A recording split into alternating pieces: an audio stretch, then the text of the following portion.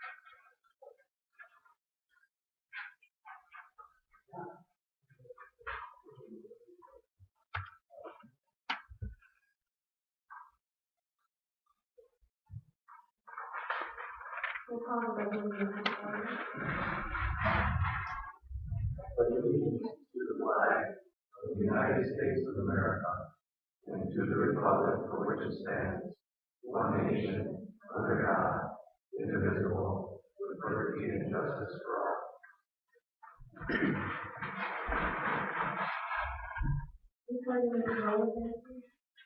All present?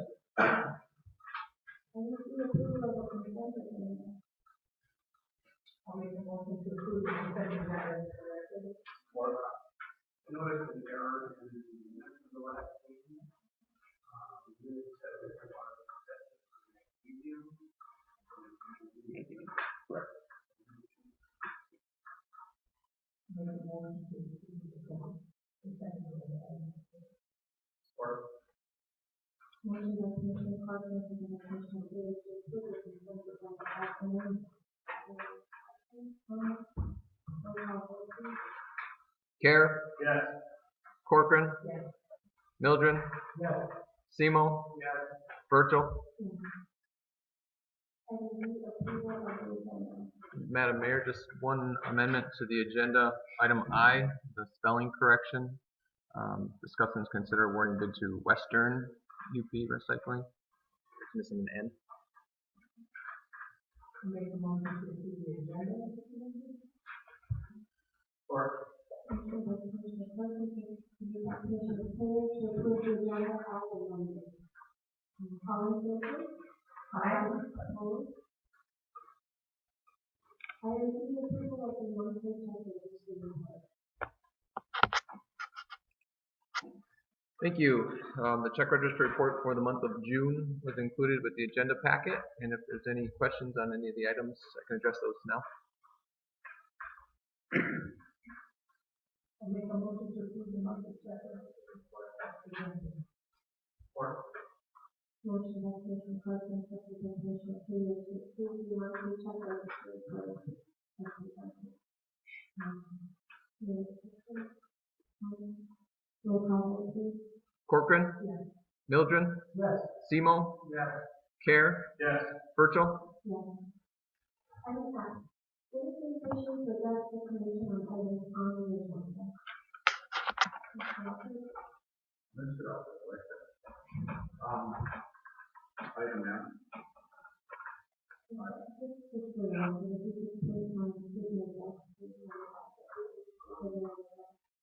133 West Aurora Street, about this came proposal. I wrote with a concern that the same water utility that can't keep our water clean can find somebody that's respectable and qualified to actually do the test. And I would like to know if there's going to be qualification requirements that in the RFP, but what are those qualification requirements? I would like to see, and will be available to the public. And that's all I have.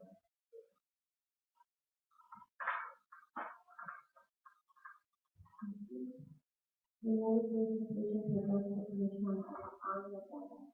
Mr. Podolsky.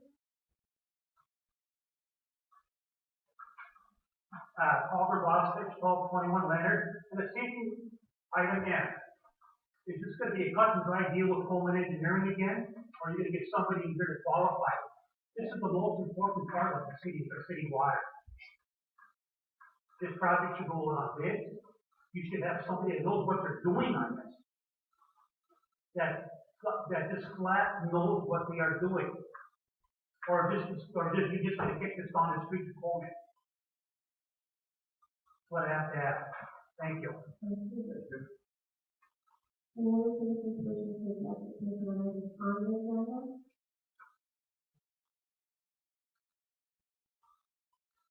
I have something related to that. It has to do with the water quality. You want me to ask that next thing?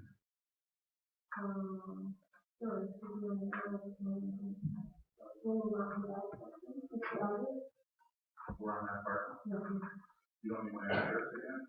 No, we don't have that. Okay, first of all, that's not related to the water thing. Your streaming video is absolutely pathetic. You cannot understand the sound of cars around computer talking all the time. The quality of the video itself is horrible. 5-year-old children can do a better job of streaming videos. If you on YouTube, there's tons of it available.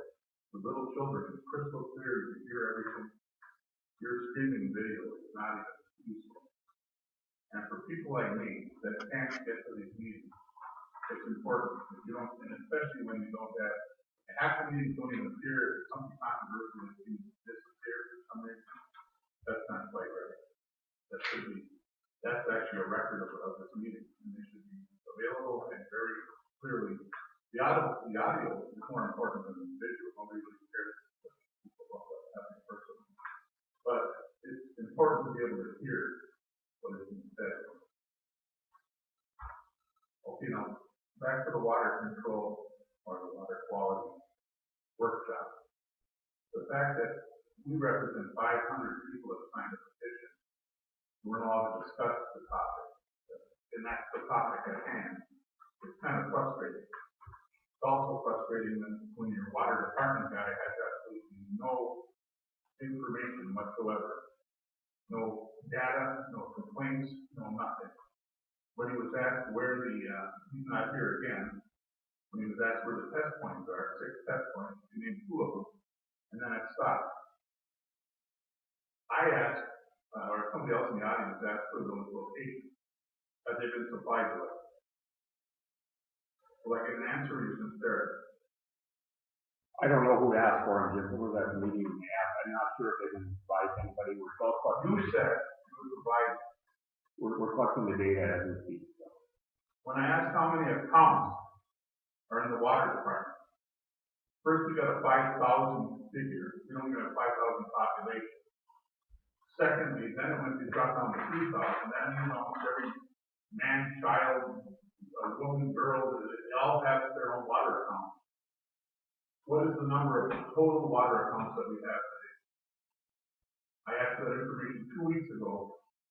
Never got an information. Do I have to do a FOIA on that? Because you want to be as transparent as your water, or you want to be as opaque as your water?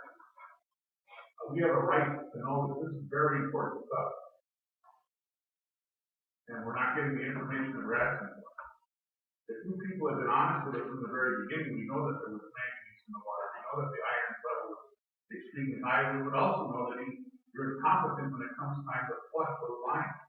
If that was done properly, and first of all, why do you put up that? You tap into an aquifer with those kind of numbers. Why would you not filter that water? Why would you find the financing to do that? And once again, I'm getting a blank stare, and it's very irritating, and that's why this city's in the trouble that it's in right now.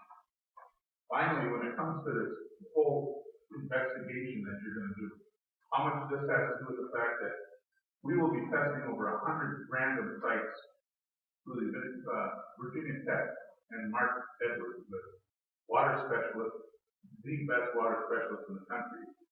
How much of this has to do with trying to hide the fact that we're doing that? I have a question for you, and I need an answer.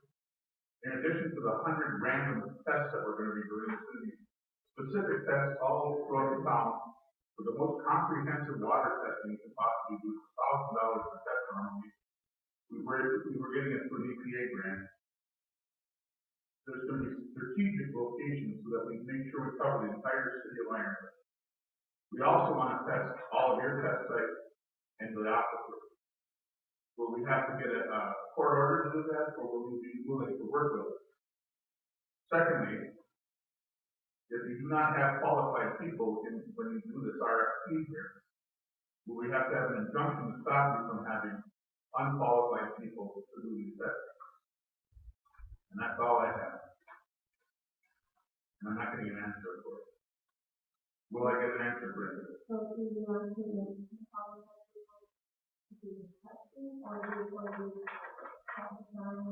the design and engineering? That's it. I want to see some. There has to be some qualification reports that show that they're qualified for that. Okay. You have answer for me? I do. When it comes to my time to talk, I'll respond to that.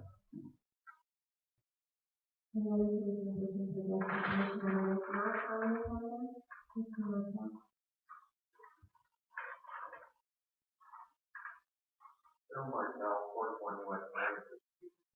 I was wondering why every time I clean my glasses, your so-called clean water, it leaves a mineral deposit on my glasses. And I also want to know if you're going to establish a filtration plant before you do water pump station and before something gets developed next year at a cost of $5 million. Thank you.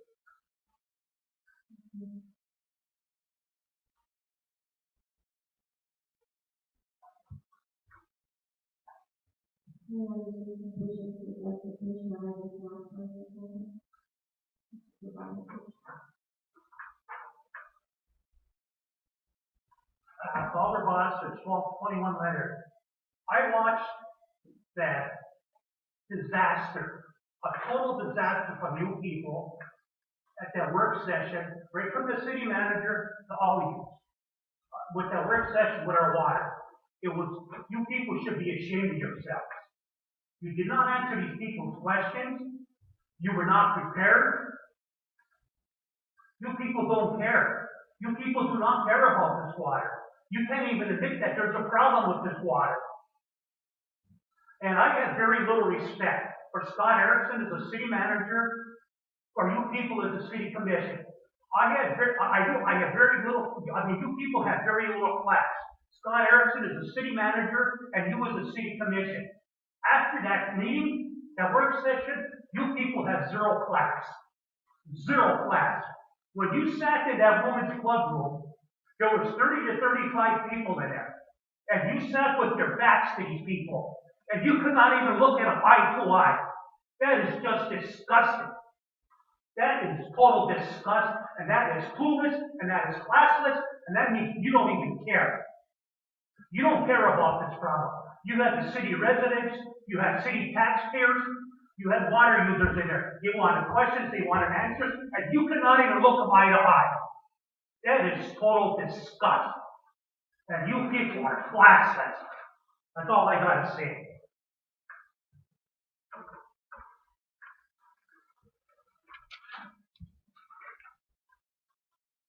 And presentation for justification on non-financial items.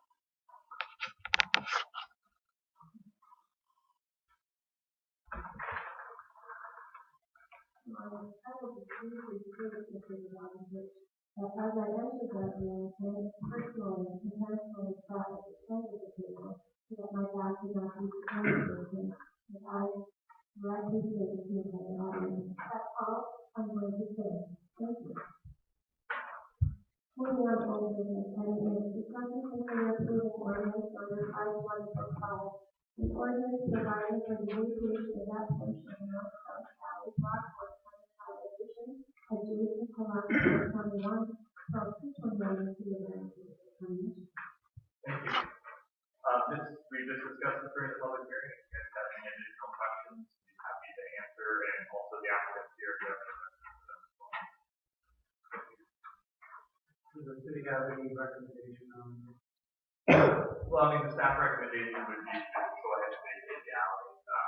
Generally, just in things like this, we go through a process at the staff level to vet these requests to make sure that if there's any need for that to continue to be a public right of way, that we make sure that in the future, if there's a time that we needed it, that would be discussed and then brought to you and say, well, we don't think that this should happen. So in this situation, we don't see any need to continue to utilize this as a public right of way, but just in case, that's why we kept that easement in the language of the story.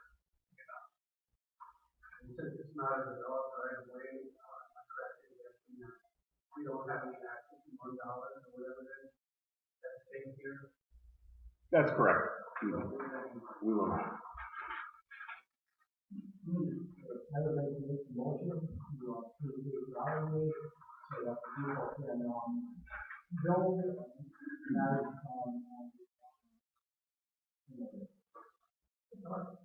Motion by Commissioner Mills, second by Commissioner Clarkson, to approve the ordinance number 5145. Questions? Roll call vote, please. Mildred, Yes. Semo, Yes. Care, Yes. Corcoran, Virgil. Yes. Item 9, discussion consider awarding the grant to Western Recycling in the amount of $100 to comm.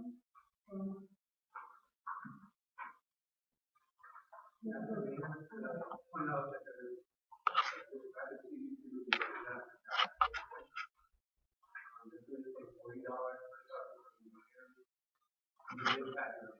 It is $40 per ton. Thank you. Yeah, that would be. Yep, it's 40. Correct.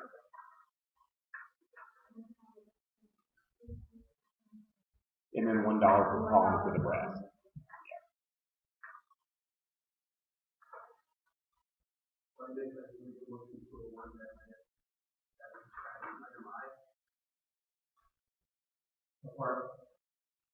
Motion by Commissioner Semo, second by Commissioner Mills.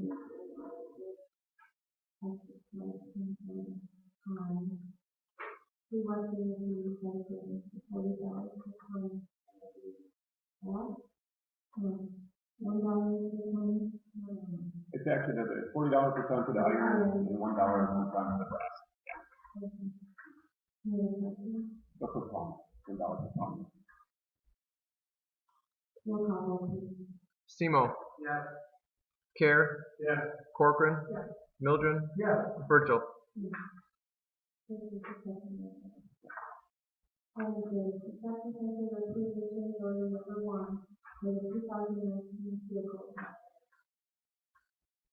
Thank you. This is the seal coat or chip sealing project that was previously awarded. We are recommending change order for additional quantity, as you can see in the memo here above. There's two parts to the seal coat process. One is where they actually lay down the asphalt chips that adhere to the road. Then they do a fog seal over the top of that to help further define that.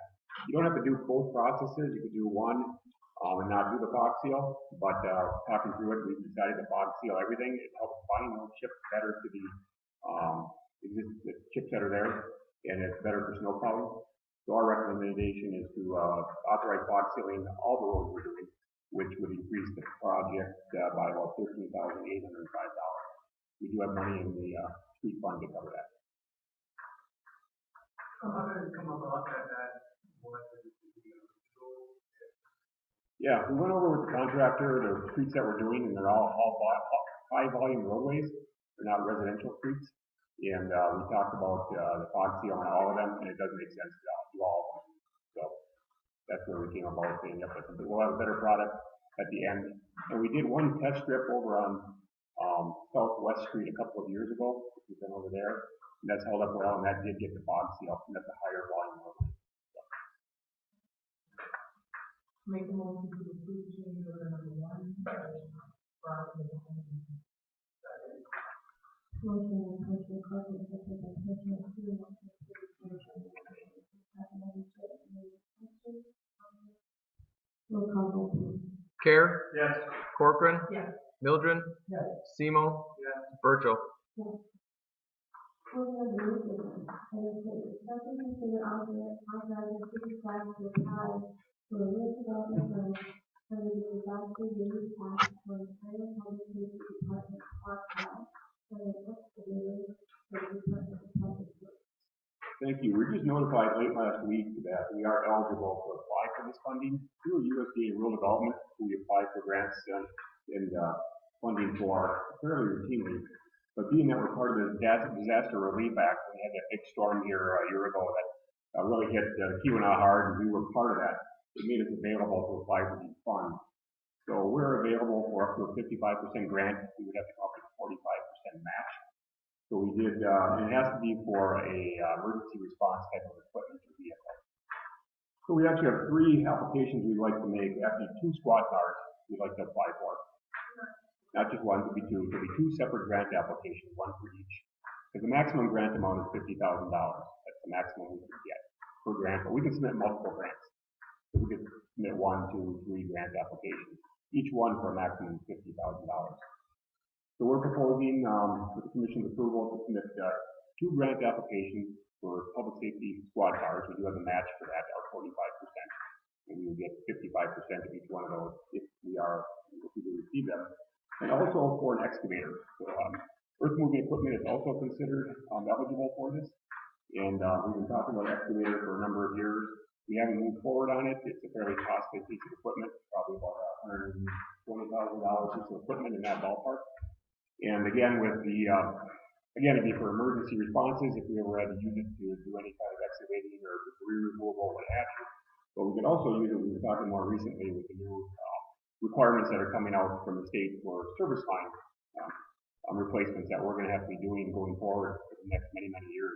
An excavator is a piece of equipment that would allow us to do some of that work fairly cost effectively. So it's kind of twofold. We can use it for emergency services and also use it hopefully for some of these service line replacements coming up in the future. So it would be 3 separate applications, each one with a maximum of $50,000 grant, and we would have to match it with our 45%. So we do have money in the public safety budget for their request, and also the equipment fund for the excavator. How much money is it? We have roughly 700,000. We've already applied for 1 grant. Yeah, you did receive that for a new vehicle that's already been approved, and that's actually been purchased already. This would be for the next, it'd actually get us probably caught up our needs, even quicker. We were planning on doing one for next year, and I think we did budget some dollars for that, which would allow us to do it sooner. New public safety vehicles, we have rear cruise patrol vehicles and one.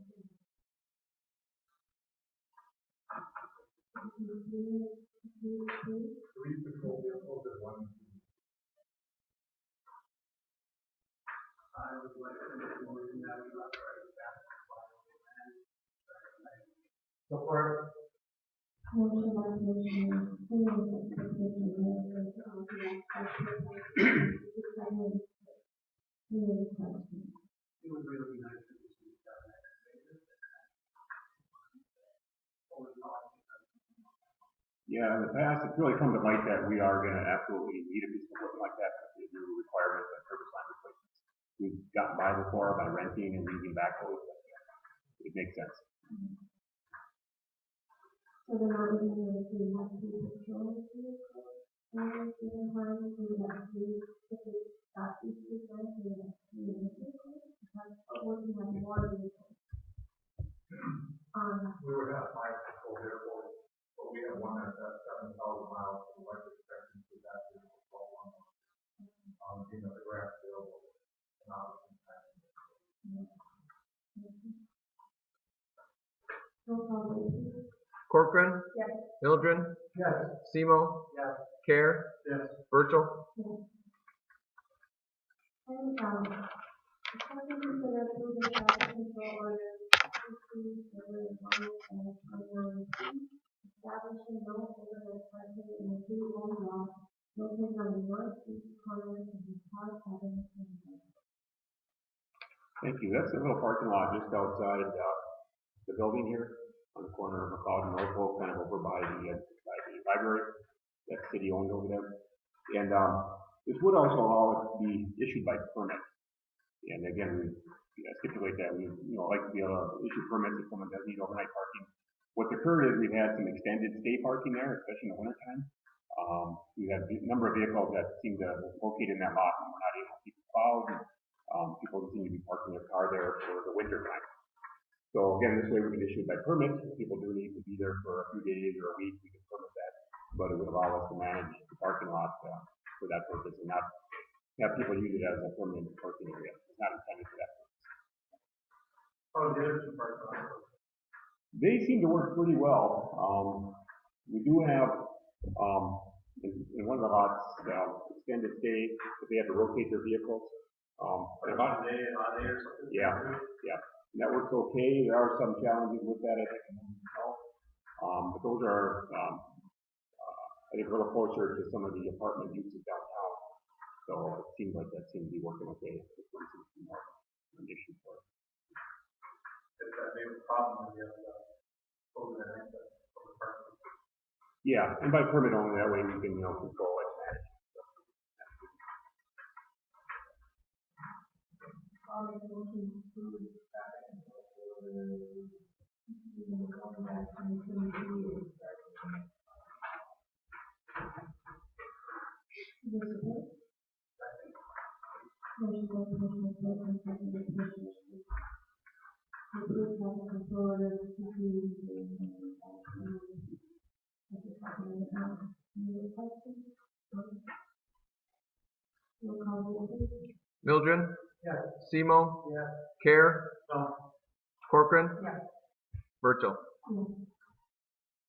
Item discussion consider obtaining a proposal or proposal for the development of a preliminary engineering study for the water pump station, including water filtration. Thank you. This came from our discussions we've had over the last few weeks. Now, this has been talked about off and on for years. Water filtration, the need for it, is it time to do it, isn't it? At the same time, we've been talking about replacing the pump station too. That's the original pump station, and it's due to be replaced. It's still operational, but at some point it needs to be replaced. Maybe now is the time to take a really good look at that. Look at both of those, pump station and filtration, and do a preliminary engineering review of that. They'll look at different options, different pump station layouts, different filtration processes that are available. Come back with some different options to consider, some different pricing, what that would take to do that cost-wise. And again, procedurally, again, we're looking at getting some direction from the commission on the proposal process. You have city has the opportunity to, you can either direct contract, you can go out for request for proposals or RFPs, or request for qualifications, RFQs. And each one is a little different. The direct contract, you have absolutely the right to do that if you wanted to. You can say, here's what we want to do, here's a firm that can do it, and you'd like to negotiate a price with them. You can go out for RFQs, which is basically request for qualifications. You say, show me your qualifications, and we'll evaluate them and for qualified firm. Then you actually negotiate price later with them. The third option is the RFP process, which is basically you want to see all the qualifications, and they also provide a cost proposal with that.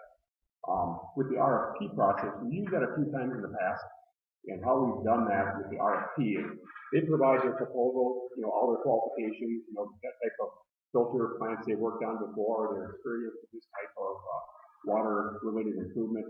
And then they also put their fee, they give us a fee, but they put it in a secured envelope, if you will. So we actually look at qualifications first, rank them based on that, who's the most qualified. Then we look at the fee proposal, because you don't always, in this case, you don't have to pick, it's not a bidding process. It's a qualification process, but you can also use the pricing to gauge, if you have two firms that are really close and one is really expensive and one is not, gives you a little bit of flexibility that way also.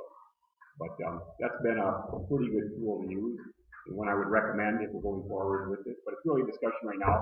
If the commission does want to go forward at this point with that preliminary engineering study, it'll give you more solid information on different options, different pump station layouts that could be, proposed, different filtration processes, and also the cost that goes with that. And maybe a combination of the two. Maybe you just want to look at filtration right now, not the pump station. Maybe you want to do both together, but we'll lay out all those options. Plus funding scenarios for you too. Here's what you could do with, current funding, with rate adjustments. We look at different grant opportunities if we can find grants to help offset the costs. So that's what's up for discussion. We're looking for direction from the commission. If you were to direct us to do that, we do a RFP, RFQ, bring that back to you for review. So you can see it has all the information in there that it's well vetted, that you're getting qualified individuals working on these facilities because they are fairly unique. The water filtration plant is something you need a certain expertise in, and you want people that are well versed in that area and have good experience in doing those. You want to see that you've done a number of them around the area and they've been successful. So this is the difference between the mention what when it comes to the cost section, especially doing the presentation, water treatment, facilities, and both together. You could, we'd ask them to do all three of those for you so they can have the different options. It's just consider Right. the different aspects of it. And then if you check the RFP, does that imply qualifications as well? Yeah, the RFP requires the consulting engineers to submit their qualifications, basically their background, people that are working on, that they would propose to be working on this project, their background, different projects they've worked on. So it's just like, it's an RFQ, a full RFQ, it just provides a cost part with it also. I'd like to ask about the RFQ process. How do you make that objective possible? There's a criteria, scoring process. You will, you'll have them propose, you'll put together basically a scoring process. Here's what we're going to base our score on, so many points or percentages based on each qualification.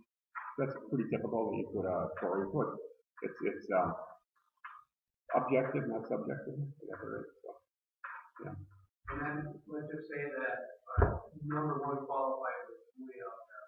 The price is already there, right? Right. The cost is already built into there. Right. You would. Right. With that process, I suggest that they provide their costs separately. So you're really evaluating entirely on their qualifications. Saying, okay, here's the most qualified firm. Well, maybe you have two that are really close. Like say, boy, both these firms are really qualified. Then you look at the proposals and say, boy, they can both do it for a comparable price, or maybe one's really high and one's lower. It gives you that flexibility to look at it from that perspective too. But you're really basing your selection on who's most qualified. And the RFP may not necessarily have to be placed with one. Correct. Because it's using other considerations. Right. For professional services, you're not required to bid those out at all. You can negotiate that So again, you're not tied, this isn't a bidding process, it gives you that, proposal process that you look at pricing. But it also, if you say this firm is really qualified, they're a little more expensive than someone that's less qualified, you may decide to go with that more expensive firm. What's that? Yeah, you don't bid out professional services. So you either negotiate them or you can go through the proposal process. Correct. So you don't bid out, yeah, that's correct.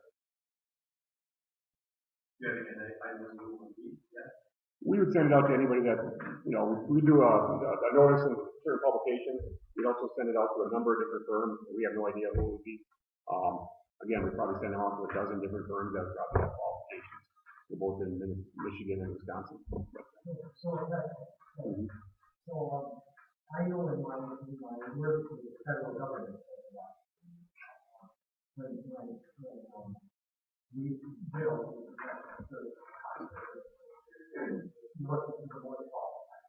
that's pretty typical, an RFQ process. Right. So you're looking for more qualified. And so I think we can do a good job of finding more qualified. What I'm worried about is that say for instance years back we had that big freeze and all of our water lines were so we knew that we needed a new water transmission from the well. So that project was defined by the mile and the size of the pipe, how it works, and it's easier to get a handle on. But with this, so how will we know whether it's the cart comes before the horse or the horse comes before the cart? How the funding that we can find out that maybe the taxpayers can't over bond can't pay for everything, so you have to do it in steps. So then, so we're going to need the expertise on the scope of the project. That's there. When you look at the cost, when you look at everything together or piece by piece. So we've done a good job in the past of replacing sewer water lines. A real good job. And we made the size of the project fit the amount of money now. Sure. Right? Yep, essentially that's, you identified areas and so the water schedule didn't go up that because we looked for grant eligible for sewer, and we made the size of the project, so we did phase one, phase two, phase three. We did the transmission line, so we've been improving step by step. I just a little, I hope that we can somehow, because people will have to come and they'll have to study that plant, they'll have to study the age, then a water filtration system, what will that do, not knowing grant eligible or not grant eligible. So this is my concern, my big concern right off. I'd like to point out that this is a preliminary engineering study. Correct. Yes. Right. This is not the design of a plant in a pump station. This is a preliminary study to help identify options and costs. So I would say at least this is not as big of a deal as the deal is. It's a big deal clearly. This is not the big ticket item. This is not the big thing. Yeah, relative to that project and the scope of what we'd be moving forward with if we move forward with something more substantial. What's that? This is a preliminary engineering study, so it's not your full design, it's not a treatment plant design, it's not a building design, because you really don't know what you can afford yet or what the options are. So this is going to give you some options on layout for building sizes, probably a general site plan, what it would potentially look like, different filtration options, and different costs associated with that. So again, they'll come back with some different options, different costs. There's not a lot of options. In filtration, there's a couple different things. In buildings, there's only a couple different things you can do. So they'll come back with some of those options and say, this is, we always throw out numbers like 5 million, 8 million. This will have to kind of hone in that estimate, that engineering estimate of what it would cost. Give you some options to do both, pump station filtration, just do filtration, just do pump station right now. And those are really the different scenarios that I think that are out there. But it is preliminary, it's not a full Somewhere in- design. Thank you, Rick. I was getting ahead of myself. Do you feel that if you select a firm and things like that on the next, the big piece, is there a sense of that? Probably not. There's no guarantee that they'll carry the project into design. That would be another decision point, going forward. Does it give them a leg up? I think, the firms may think it does because, they've been involved from the beginning. But again, there's another point where it comes back to the commission. We talk about it and, they may or may not be the firm that actually designed it. So I'd like to make a motion that we, do an RFQ process. So no financial part of it, just the qualifications. Excuse me, motion.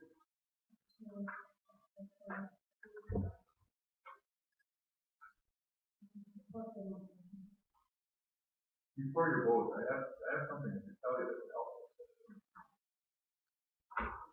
Through Virginia Tech, I have a list of all the top-notch water engineering companies in the entire country. And there are several of them that are willing, I've been talking to them already, several are willing to come up here and completely examine the system and give recommendations at very little cost. And I'm more than happy to apply that to the city. But you have to have that qualification, you have to make sure the qualifications are there. And these people are the top of the country. Mm-hmm. We could definitely send them a proposal to respond to. Yeah. That doesn't change what we said. I have a motion. Apparently. Thank you, Jim.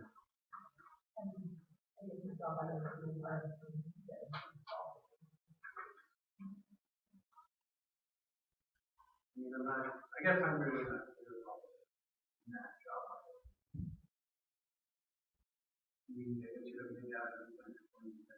Sure. We've done them. It's been a few years since we've done an RFP with the financial part, the cost part separate. So it's an RFQ process. So they submit all their background, their resumes, what projects they worked on, who's going to be working on the project, from their firm, and lay that out. And then we'll have a criteria to rank them and, give them points for different things. So then we'll go through that with, a number of different people, and we'll rank them and come up with, hey, here's the firm we think is best for this project. Okay, then we'll rank them 1 through however many we get. Then we'll open up their costs. And say, okay, our number 1 firm might be our best cost option. So, boy, that's a great situation. Or our number 1 firm, and maybe our number 2 firm are really close in qualification. And boy, they're really close. I think number 1's a little better, but it's significantly different in cost. And we say, maybe we want to go to number 2. We think they're absolutely qualified, and we can save ourselves $100,000 by going with that. Is there anything stopping you from negotiating the cost after you examine the RFQ? And you look at the higher one and say, we'd really like you to do it, and we negotiate that cost, and it doesn't work out. We really not do that process. That'd be the RFQ process where you sit down and then you couldn't negotiate the price that's in the envelope. Well, then you wouldn't ask, if you do the RFQ process, you wouldn't ask for the price. You say, okay, we're going to base it entirely on qualifications. Then we're going to sit down with the top 2 firms and negotiate price with them. That's another way to go about it. I misunderstood you there. I thought in the RFQ process, there would be a price attached. Oh, typically not. An RFQ is entirely qualification based. Then you negotiate a price. What is the accommodation? Yeah. That's really what I was. Okay, that would be the RFP with the concept that you put your price into a separate envelope that opens only after you review qualifications.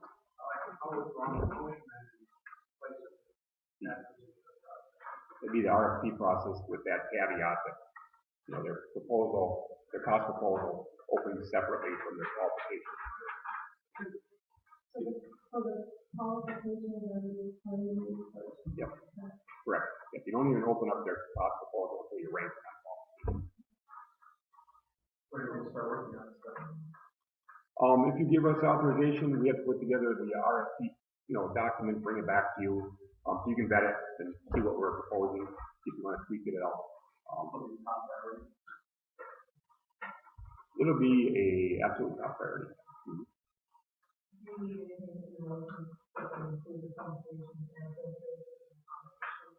I think it'd be helpful, just so that's a direction, if you want to evaluate both.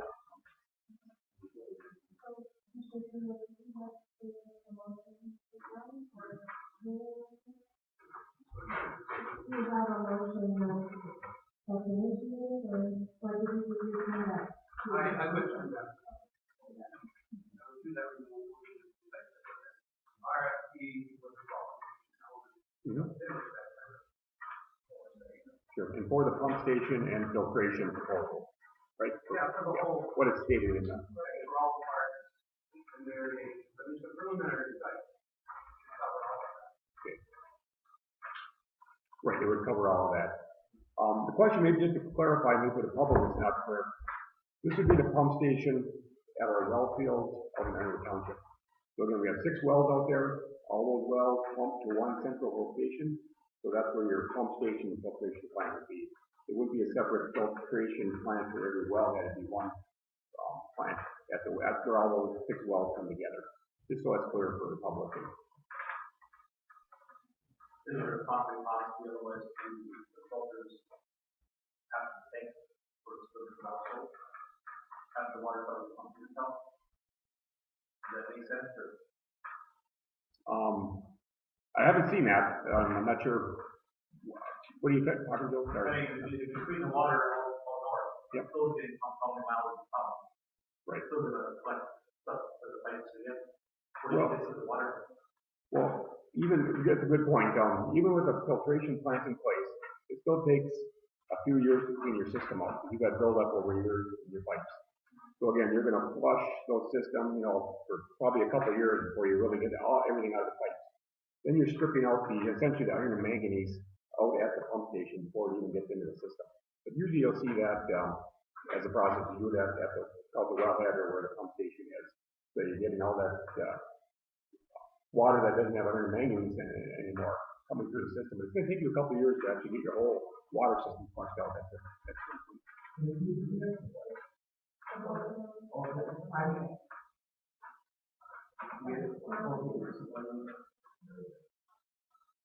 So the motion by Commissioner Seymour to approve RFP proposal separating the qualifications and cost for both including the pump station and the water treatment transportation. Now, that to be perfectly clear. So, the first part is 235, would be to review the qualification. And that review of the qualification could include the firm that just made a legal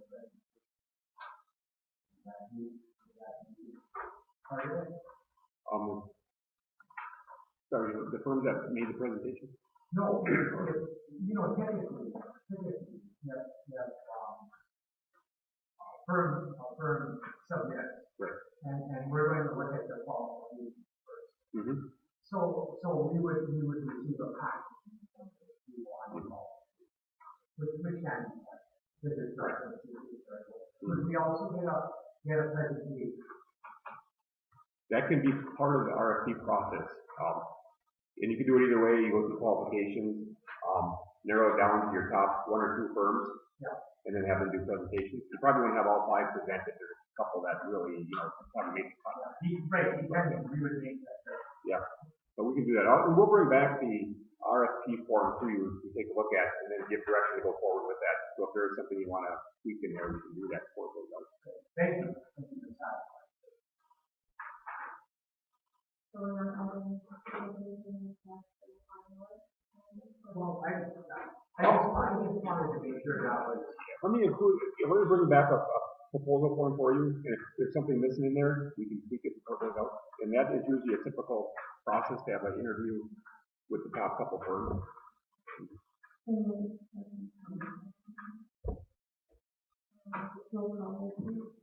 Simo. Yeah. Care. Yes. Corcoran. Mildred. Yes. Burchell.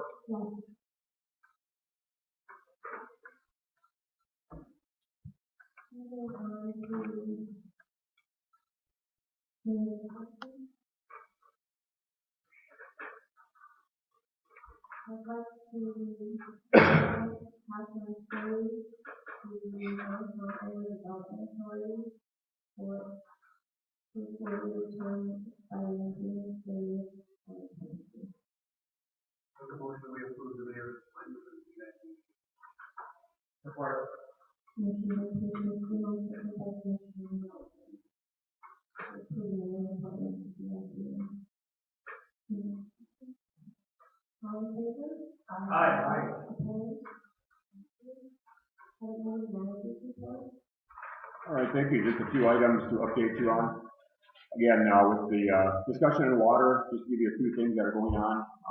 After the workshop, we did reach out, the City Water Department did reach out to the Michigan Rural Water Association for an independent audit of the system. And they were in last week, and the audit report will be presented here shortly. So again, our outside statewide entity that came in and they'll look at how we procedurally do things, if they have recommendations on things that we can tweak or adjust. We also had talked about taking additional water samples at each wellhead for iron and manganese. That's not something that's required right now. We will be doing that. Again, for a number of reasons, you can see where each well is in relation to the iron and manganese in the water. And also, if you are moving forward with the filtration system at some point, you need that data so that the consultants can look at that and figure out how much manganese and iron needs to be removed from the water. So it's helpful in a number of different manners. So that is moving forward on testing, additional testing for that. We have moved up the round of lead and copper testing. Again, that's not what we're talking about, but it's something that we have to test every 3 years. And next year is our year for testing, but we moved that up this year. It's all a discussion. Let's take a look at that and get that testing done this year, earlier than it's needed. So that is moving forward for this year. We have talked with Eagle, EGLE, previously MDEQ, and we've adjusted the polyphosphate rates to help sequester iron and manganese a little better. So that's something that's already been done. The scheduling of the reservoir tank cleaning. We had actually previously gone out to bid for that. We do have a company coming in later this summer that will go inside, clean the tank out. We've done that periodically over the years. So again, at the time, and it's good to do it at this time. So that'll be done later this summer. And then initiate discussion on the preliminary engineering, which is what we just completed. So those are things that we're working forward on. I think one of the questions that was brought up is private testing. And again, now if there's someone that's private testing, they have every right to do that. Again, this would be something that we'd want to work through. Somebody to work maybe with the EPA grant or something. Work with the EPA and then the Eagle folks, make sure it's done properly, accurately, and with all their required protocols. They have a lot of safety measures they put in place. They have certified testing labs, everything that they require to be used. So I would say if they're doing that, to coordinate directly with the state folks. They are the ones that regulate what we do and how we do it, and they tell us what we can and can't do on the water system. So I would just definitely say if that's what they're doing, to coordinate with the Eagle and the EPA folks on that. Next topic is the Civic Center roof replacement. Again, that's been discussed for many, many months here with the insurance adjusters and their structural engineer. He was here at one of the last meetings, gave an update. Where that's at right now is they are meeting here this week, they being the adjuster and their structural engineer. They are looking for proposals. They're going through a design build process, which is more complicated and limits the number of contractors that can do this kind of work. But they do have anywhere from 1 to 3 contractors that have responded to them that said they believe they can respond to this proposal. So they are meeting this week to go over that. Hopefully they'll get a contractor dialed in that has capacity, capability, and also can do it within a reasonable time frame. And hopefully we'll know that shortly here, and we'll let you know as that's moving forward. We wanted to reach out. A number of people here attended the Wapaka Foundry ribbon cutting. Again, a great company to have in the community. Sounds, very promising, and everything they are doing and maybe can do in the future. And really wanted to reach out to everybody that made that happen. Again, if you remember, this happened very quickly in the time frame of getting a business in town. That was directly a result of our community development department is working very closely with them. Again, there's a lot of behind the scenes things. People just see these things happen. Oh, look at a business just popped up. Well, that's not what happened. There's weeks and months of interaction and work with the company, state folks, many different entities to make that happen. And again, hats off to the community development office for doing that. Spent a lot of many hours, working on making that happen. And also our building department, they responded very quickly because they needed a turnaround like that. And again, review plans, turn things around, make sure things are done properly. That was another key element that we had the resources to do that and the staff to do it. And also the state. I mean, the state turned this around and renewed the state takes a long time to do things, and quite often they do. But this is a very quick turnaround in, working with the state folks to, make this happen. And the city commission, I do believe wholeheartedly at a turning point here when they had a presentation here at the depot. And I think every commissioner here went down and talked to them. And that was, I think, a turning point on there. They were looking at Wisconsin, they were looking down, in different states and different communities.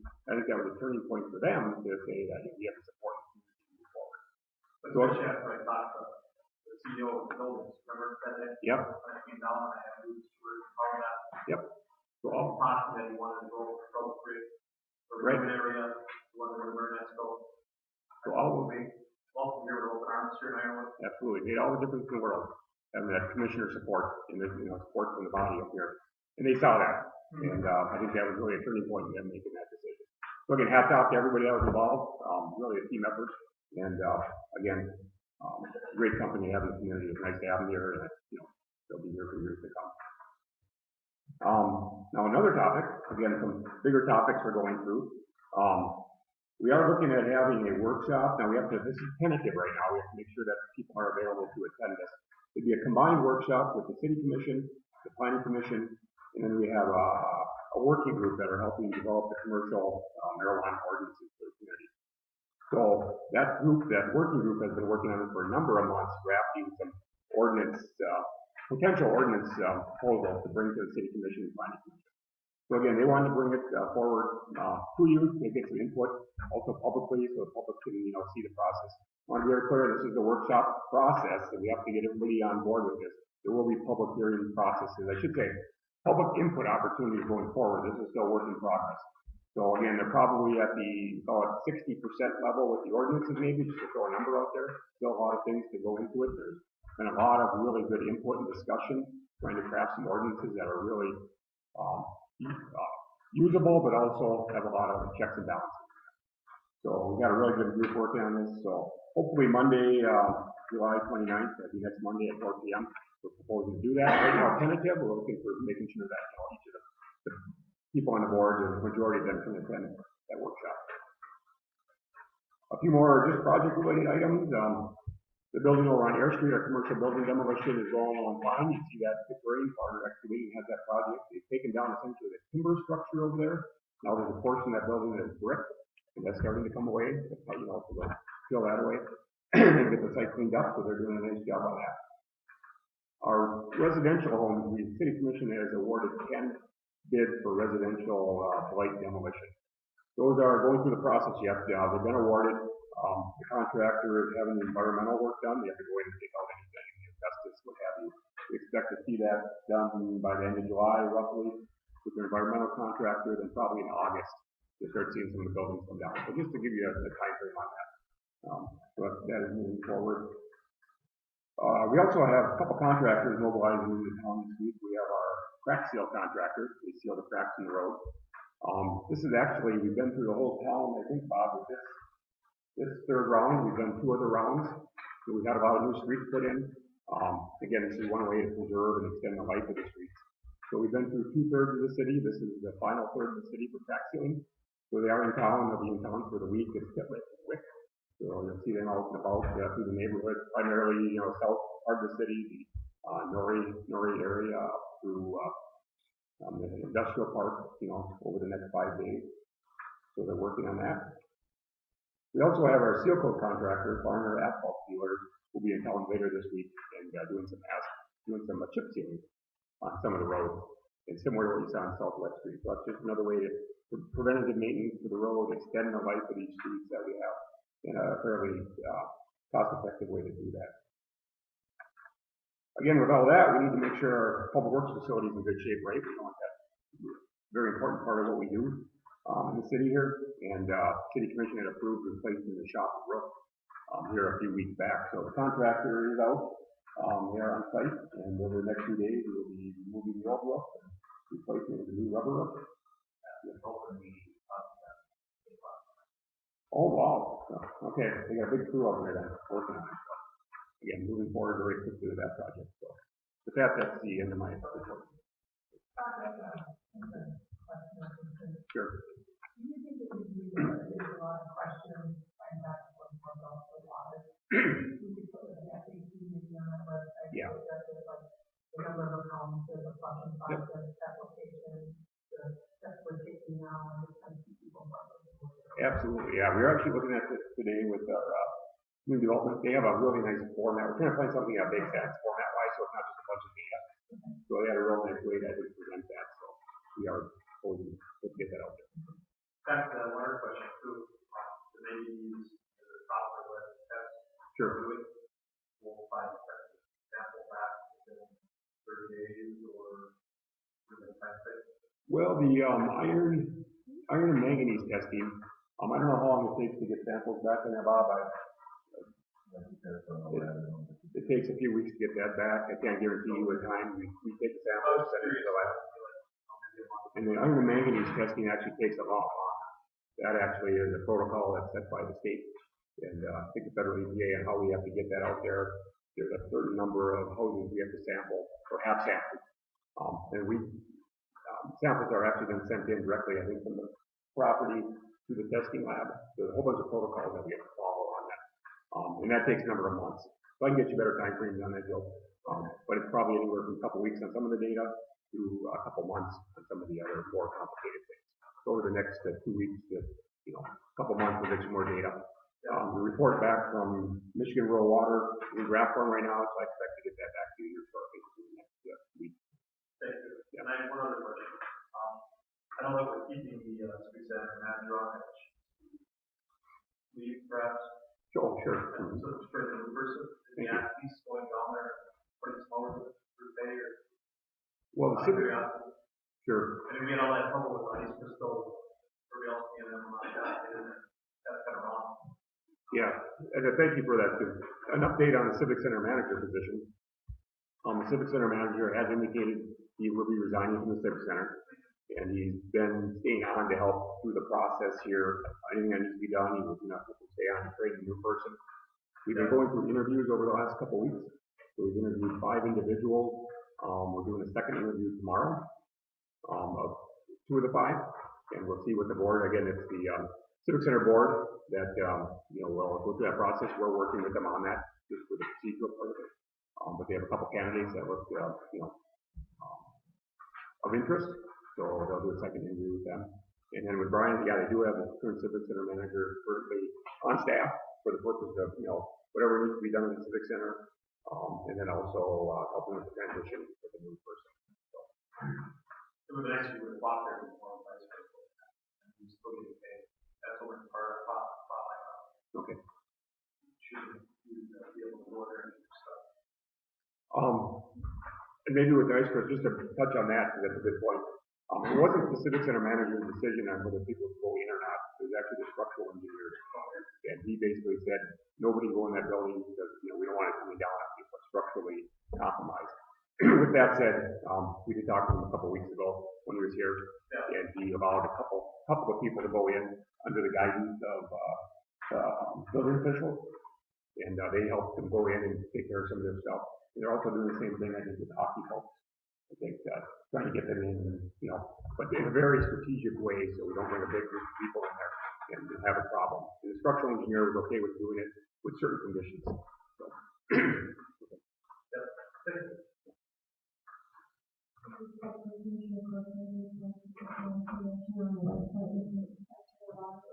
Sure.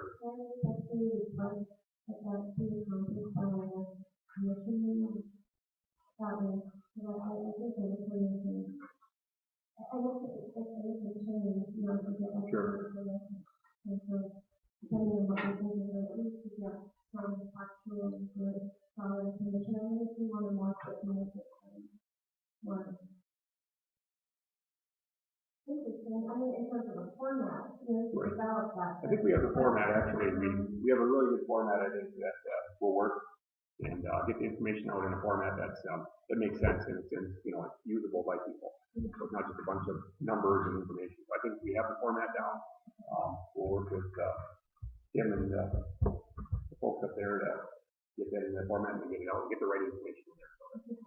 Plus, a lot of people say that the agenda's not on there. Mm-hmm. You have to, like, see today, you have to click on the one link on there. Okay. Refresh the page. It's not on top. Let's push back one. Yeah, there's a lot of information behind the front page of the website. Oh, look, right on the agenda. There's all the agenda. Click on it. And refresh it. There have to be people who need to have it somewhere. We've had a lot of people tell me that. Yeah, and I've had a lot of people tell me they couldn't find it on there. That's sort of messing around with it. That's one way I can figure out how to work. Okay, if there's a better way to do it, yeah, we can maybe take a look at it with Joe, see if there's a better way to make that more accessible. I don't know why it's like that. You think if you add something new, it would come to the top. Yeah, there's so much data in that website, and we have tons of data out there in there that you can get to, but you have to know how to get to it. Yeah.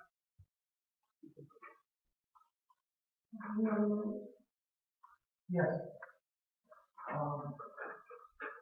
I understand, included, thank all of the volunteers on that, all the hundreds of people that day. They did a wonderful job of having something for everyone, being children, seniors, adults, different kinds of music, boy, it really is something for everyone. And I was downtown with some of our downtown business people, and they said they really benefited all people. So I just want to mention that. The Wapaka ribbon cutting, just to tell you, the Wapaka ribbon cutting, in my mind, was so historic. This was the center at one time of trade, and we had the iron mines, and we had lumber industry. The steel that was required masts on sailing ships were all white mining from up in Michigan. And at that ribbon cutting, we talked about the fact that Wapaka County has steel in every car in the world. So we have in our smaller town, we have factories which sells hats and clothing all across the world, and we have iron plastics. And iron plastics is part of Warren Buffett's model, and Wapaka Foundry, and there are 6 or 7 plants across the Midwest. So we are really moving forward. With respect to talk just a second about the last public hearing we had, the workshop on lottery. When there's a public hearing as opposed to a workshop, there's a totally different thing.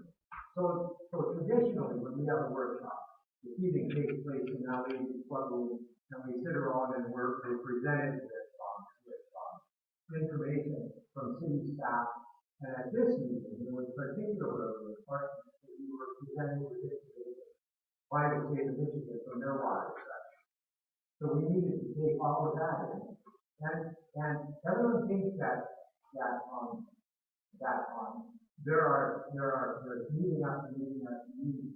In this case, I think it was the preceding meeting that the public, Mr. Albert, came on. Oh, you weren't there. There was 5 or 6 people that commented, and then we said, based on those comments, that we would have this workshop. And we went into the workshop, and at that meeting, we were presenting new information we've never heard.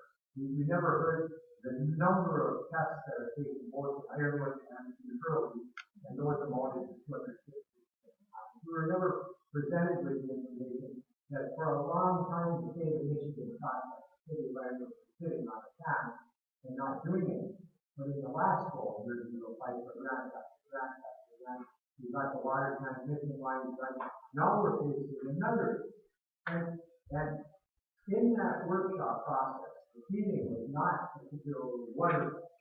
And each one of us had to sit at those tables to take notes And we also had people from the public there, a good number of people, and that's just your because that one. I irritated you several times. No, I don't think you did. I thought you sat. Wait till the next. I thought you sat. You were the only person that sat right behind me, and I had a meaningful discussion with you either before or after. I can't remember it.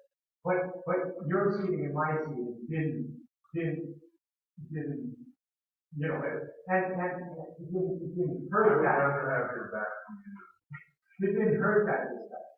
And I also. I'm deaf in one ear, so it hurt my. I couldn't hear that. But at that meeting, I also, before or after, was able to talk with 4 or 5 other Ireland residents who presented with me their serious concerns over the water. Then I heard from the city staff, so I took all of that in, and I thought it was a great meeting because I was able to take in a number of things, and it changed my viewpoint. It would have been nice if the water department guy had that. You know, I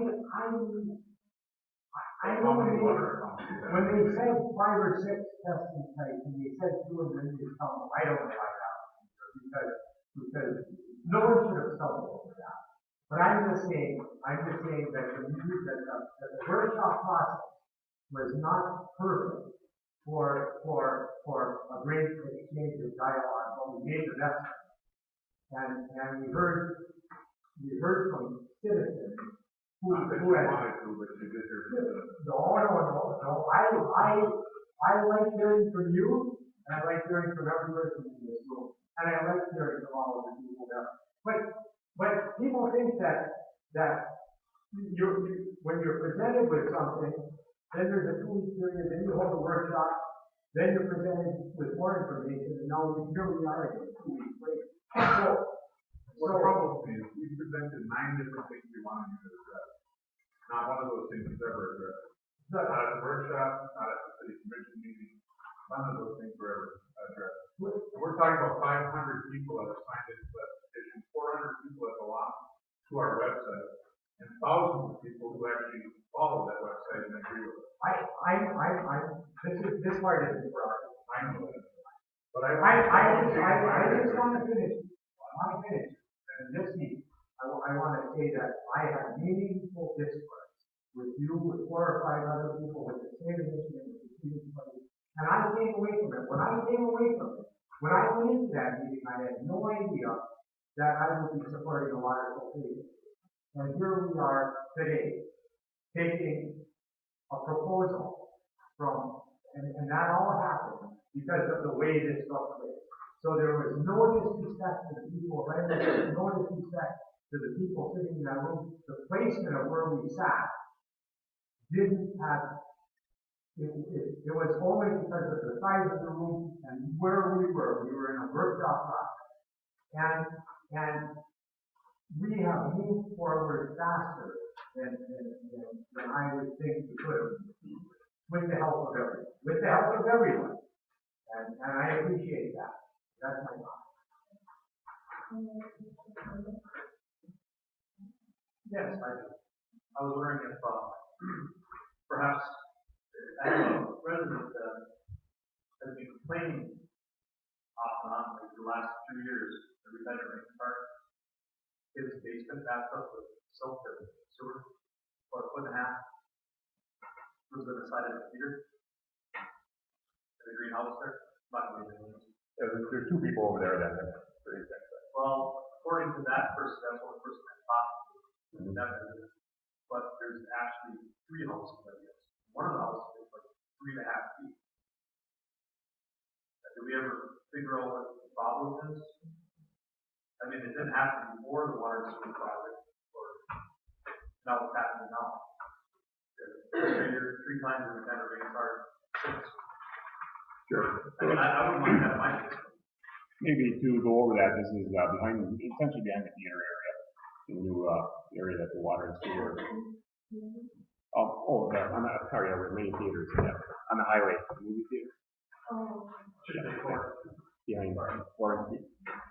Yeah, behind the movie theater, kind of in that general area. There are, I thought 2 residents, maybe there's more. Yeah, we've had a few, very large storms. We've had some sewage back up in the basement. So they've approached us. We've been taking a look at it.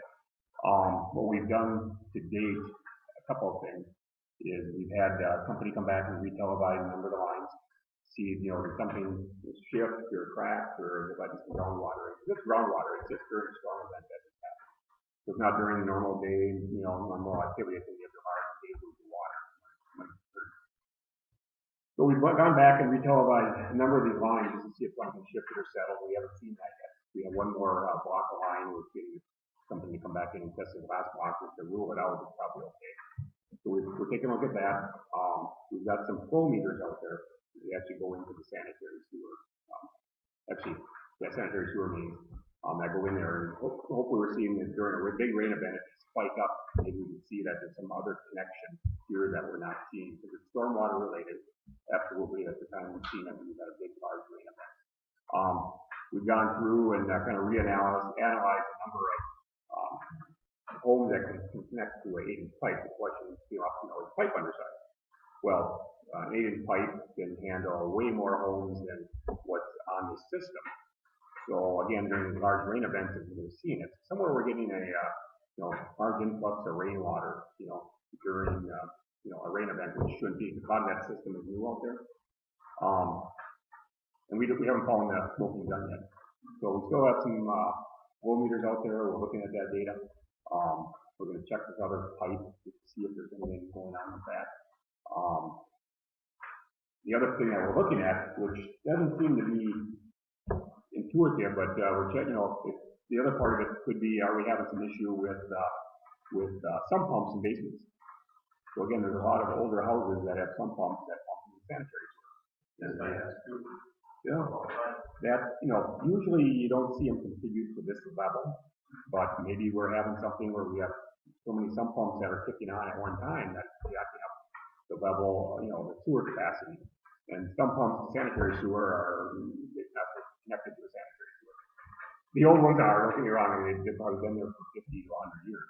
But if we have enough of those in this neighborhood, is that contributing? So we've had some discussion on that, whether that's, a big part of it or not. We're not sure that that's it. Because the way this thing spikes up so quickly and during these large events, that's another potential problem. And, we have to work with property owners on disconnecting, having them disconnect their sanitary. There are some pumps in the sanitary sewer, which could bring that flow rate down. So again, that's where we're at with it. We haven't found the solution. We're hoping to find, I think they're hoping that there's just, maybe a pipe that had some slip and we're getting groundwater in, but we haven't seen that actually, all the work that we've seen done. Yeah. We thought it sounded like it was a small pipe. No, 8-inch pipe. Yeah, no, I would say that's probably not the case. Okay. So, yeah. So I think it's something else. It's stormwater. Well, I hope so. It's underground, so we're trying to investigate it. It's stormwater related because it's only happening during a big storm event. We've got smaller rain events where they haven't had a problem. Real large rain events, so we haven't found the culprit yet. We're still looking, trying to search for it. That's the best I can give you. This is all buried underground, so we're going to do our investigation through televising pipes, through flow meter testing, and maybe it comes down to we had debate. Maybe it is at some point. That's coming out. I don't know. That's a big part of it. Then we have an issue we have to do with all the property owners that are pumping their stormwater into the sanitary sewer. So,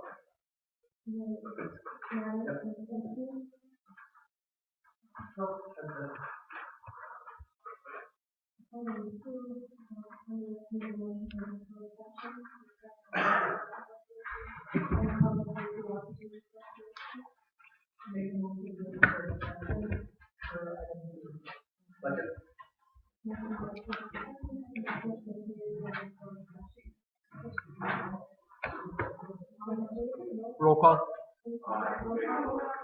Care? Yes. Corcoran? Mildren? Yes. Semo? Yes. Birchall? Yes.